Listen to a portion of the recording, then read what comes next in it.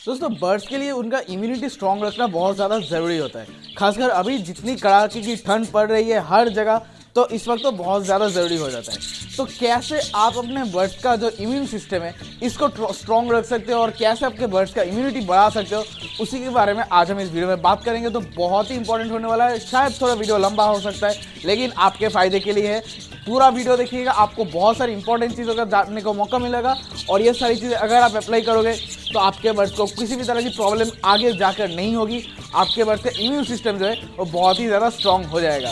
तो वीडियो को पूरा देखिएगा और अगर वीडियो पसंद है तो वीडियो को लाइक कर दीजिएगा, वीडियो को शेयर कर दीजिएगा और हमारे चैनल को जरूर सब्सक्राइब करके वो जो बेल आइकन है उसे भी दबा दीजिए ताकि जब भी मैं नया कोई वीडियो अपलोड करूँ आप लोगों के पास तुरंत नोटिफिकेशन पहुंच जाए। हम इसी तरह के हेल्पफुल कंटेंट इस चैनल पर हमारे बर्ड्स के लिए बनाते रहते हैं, तो हमारे चैनल को जरूर सब्सक्राइब करके रखिए। दोस्तों मेरा नाम है तुहिन विश्वास और आप देख रहे हैं हमारे यूट्यूब चैनल हैप्पी बजीज। चलिए आज का वीडियो शुरू करते हैं।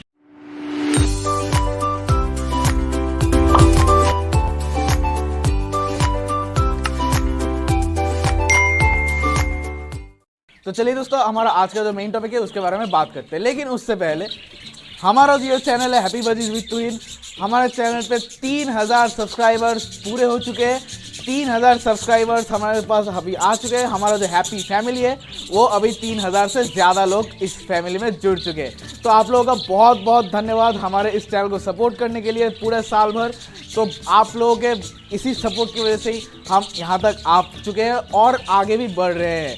तो 3000 अभी हुए हैं और भी ज़्यादा फैमिली मेम्बर्स हमारे साथ जुड़ने वाले हैं। हमारा जो हैप्पी फैमिली है ये और भी बड़ा होता रहेगा। आप लोग हमारे साथ अगर रहे, हमारे सपोर्ट करते रहे तो ज़रूर हो पाएगा। तो आप लोगों को मुबारक, क्योंकि आप लोगों के लिए ये चैनल है। तो आप लोगों को मुबारक, आप लोगों को शुक्रिया कि हम अभी 3000 से भी ज़्यादा लोगों का एक फैमिली मेम्बर, एक फैमिली ग्रुप बन चुके हैं।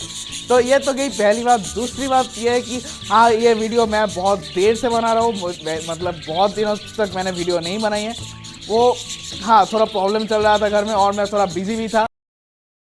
खैर चलिए बात करते हैं मेरे आज की वीडियो की मेन टॉपिक के बारे में। दोस्तों हमारे ये जो बर्ड्स है इनका अगर इम्यून सिस्टम खराब हो जाता है तो ऐसे कई सारे बैक्टीरियाज होते हैं, ऐसे कई सारे फंगल इन्फेक्शंस हो सकते हैं, बैक्टीरिया वायरसेस रहते हैं जो बड़ी ही आसानी से इनको अफेक्ट कर सकते हैं। क्योंकि ये बैक्टीरिया वायरस हमेशा ही हमारे आसपास रहते हैं, हमेशा तैयार रहते हैं कि कब हमसे कोई गलती हो जाए, हमारे बर्ड्स से कुछ गलती हो जाए और उनके शरीर पे ये हमला करते हैं। ऐसे कई सारे बैक्टीरिया वायरसेस हैं, जैसे कि साल्मोनेला है, कैंडिडा है या फिर ई कॉली है। तो कई सारे ऐसे मतलब बैक्टीरिया वायरसेस हो सकते हैं आसपास जो बर्ड्स को अफेक्ट कर सकते हैं। ये जो सारे मैंने बैक्टीरिया वायरसेस के नाम लिए ये जनरली बर्ड्स को अफेक्ट होते हैं हम इंसानों से ही।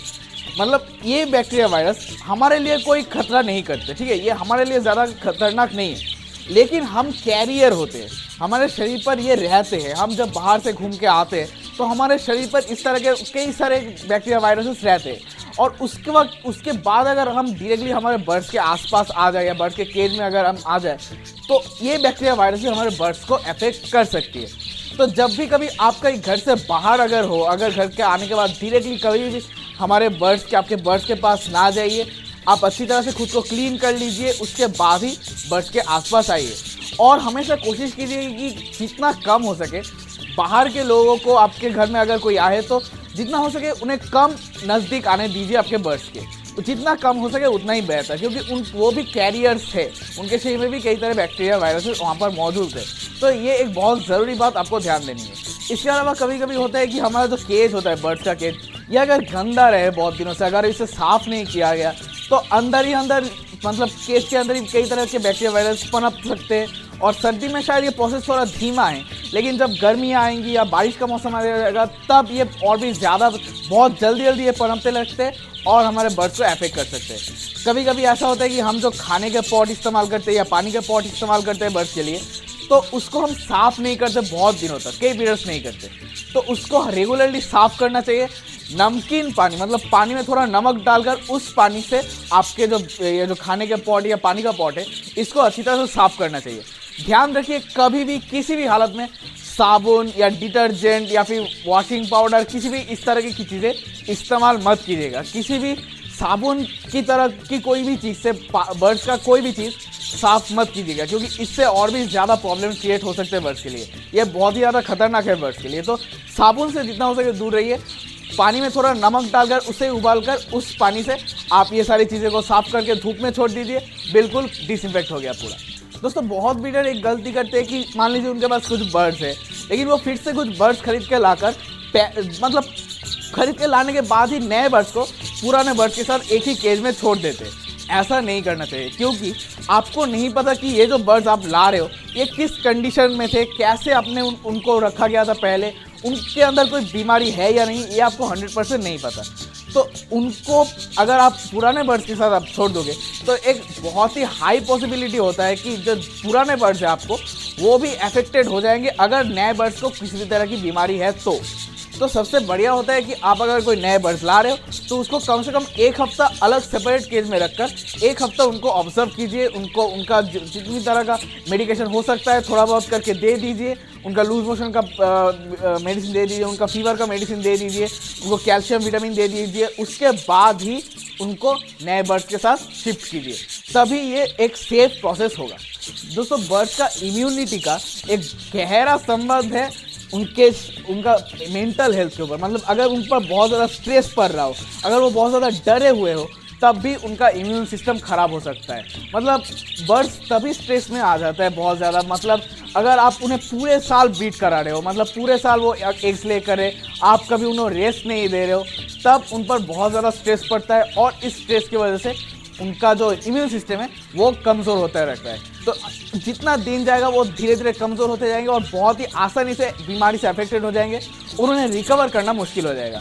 तो ये एक चीज़ आपको ध्यान देना है, गर्मी के 2-3 महीने आपको उन्हें रेस्ट देना चाहिए, ठीक है। 2-3 महीने आपको कम से कम उन्हें रेस्ट देना चाहिए। उनका जो ये ब्रीडिंग बॉक्स है या ब्रीडिंग अगर नेस्ट स्पॉट है आपका, तो उनको बाहर निकाल के रखिए, उन्हें रेस्ट करने दीजिए 2-3 महीने। उसके बाद अगर आप फिर देखोगे, अगर आप ये रूटीन फॉलो करोगे ना, तो आप देखोगे कि पहले से भी बहुत बढ़िया ब्रीड आ रहा है। तो ये ज़रूर आप ट्राई कीजिएगा। और इसके अलावा आप नहीं चाहते कि आपके बर्ड्स को किसी भी हालत में किसी भी तरह का डर लगे। आपको पता है कि ये जो सारे बर्ड्स हैं, budgies, love birds, cockatiel, finches, Java, ये सारे जो बर्ड्स हैं बहुत ही डरपोक बर्ड्स हैं।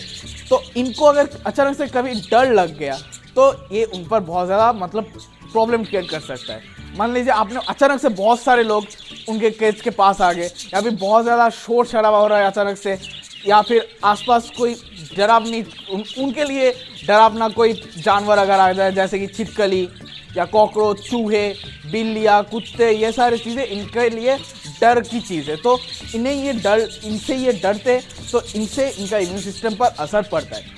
सिर्फ ये सारे जानवर से मतलब समस्या ऐसा नहीं है। ये जो मैंने बैक्टीरिया वायरसेस के बारे में बताया, तो ये बाहर से आते हैं और बाहर से और भी जो जानवर है वो ला सकते हैं। कौन से जानवर? और भी दूसरे जो पक्षियाँ होते हैं जो बाहर नेचर में रहते हैं, उनसे ये आ सकते हैं, जैसे कौवे या फिर घुघू या फिर शालिक हम जिसे कहते हैं। तो छोटे छोटे जो चिड़िया होती है, वो सारे जो बर्ड्स होते हैं, तो वो बाहर रहते हैं, तो वो वाइल्ड में रहते हैं, वो उनका आदत हो चुका है, तो उन्हें वो बैक्टीरिया वायरस से ज़्यादा खतरा नहीं है। लेकिन वो अगर इन बर्ड्स के करीब आए तो प्रॉब्लम हो सकता है, उनके वो कैरियर है, तब उनके शरीर में से ये बैक्टीरिया वायरस इनके करीब आ सकता है। तो जितना हो सके ये जो सारे चीज़ें मैंने बताया, इन जो सारे जानवर के बारे में बताया, इनसे अपने बर्ड्स को दूर रखिए, तभी एक बहुत बढ़िया इनके लिए एक प्रोटेक्शन बनेगा कि बाहर से कोई भी बैक्टीरिया वायरस इनके केज में नहीं आ सकती। और दोस्तों इनके इम्यून सिस्टम और भी बढ़ाने के लिए और उनको मेंटेन करने के लिए कुछ मेडिसिन है जो आपको देनी चाहिए, जैसे कि जो विटामिन बी कॉम्प्लेक्स मेडिसिन होती है, ये बहुत ज़्यादा ज़रूरी है। तो ये आपको टाइम टू टाइम देना चाहिए। आप कोई भी विटामिन बी कॉम्प्लेक्स मेडिसिन इस्तेमाल कर सकते हो। आप चाहे तो एम्बीप्लेक्स इस्तेमाल कर सकते हो, या फिर आप चाहे तो ग्रोबीप्लेक्स भी इस्तेमाल कर सकते हो। दोनों ही बढ़िया मेडिसिन है, आप कोई भी इस्तेमाल कर सकते हो। इसके अलावा जो मल्टीविटामिन मेडिसिन है, जैसे कि वीमेरल होता है, या फिर और भी जो कई तरह के मल्टीविटामिन मेडिसिन होते हैं, कोई भी एक मेडिसिन आप इनको नियमित रूप से देते रहिए, इससे इनका इम्यून सिस्टम स्ट्रॉन्ग रहता है। इसके अलावा बर्ड बूस्टर एक मेडिसिन होता है, इससे भी इनका इम्यून सिस्टम में बहुत ज़्यादा बढ़ोतरी आती है, या बहुत ज़्यादा स्ट्रॉन्ग होते हैं, एक्टिव होते हैं, और इनका जो बार बार बीमार अगर आपके बर्ड्स पड़ रहे हो तो वो भी धीरे धीरे कम हो जाता है। शेफा ई हयात एक मेडिसिन है, वो भी आप अगर आपको मिल जाए तो और भी बेहतर है, तो वो भी आप टाइम टू टाइम इस्तेमाल कर सकते हो। ये सारी जो मेडिसिन है, ये मेडिसिन आपके बर्ड्स का इम्यून सिस्टम को स्ट्रॉन्ग करने में मदद करता है। ये जो मेडिसिन है जिसके बारे में मैंने बताया, इसका कोई ऐसा तरीका मतलब टाइम नहीं है कि अगर आपके बर्ड्स बीमार हो रहे हो तब आप इसे इस्तेमाल कर रहे हो, नहीं। ये आपको पूरे साल भर टाइम टू टाइम देते रहना चाहिए ताकि उनका शरीर बिल्कुल हेल्दी रहे। ये तो सारे मैंने मेडिसिन के बारे में बताया, शिफाई हयात को छोड़कर। बाकी सभी मेडिसिन के लिंक आपको नीचे डिस्क्रिप्शन में मिल जाएंगे, आप कोई भी मेडिसिन यहाँ से परचेस कर सकते हो। अब दोस्तों बहुत सारे रीडर्स हैं जिनके घर में एंटीबायोटिक मेडिसिन है और वो अननेसेसरीली वो इस्तेमाल करते रहते हैं। एंटीबायोटिक मेडिसिन कभी भी अननेसेसरीली, आपके पास को अगर कोई प्रॉब्लम नहीं है तो एंटीबायोटिक मेडिसिन प्रोवाइड ना करें। इससे उनके शरीर को तो कोई मदद मिल ही नहीं रहा, उल्टा उनका शरीर और भी बिगड़ रहा है, उनका इम्यून सिस्टम खराब हो रहा है। तो इसका ज़रूर आप ध्यान दीजिएगा। और इसके अलावा आपको जो नियमित रूप से जो फल होती है, सब्जियां होती है, ये इतना अमाउंट करके देना चाहिए जिससे खाने के बाद आपके बर्थ को लूज मोशन नहीं होता है।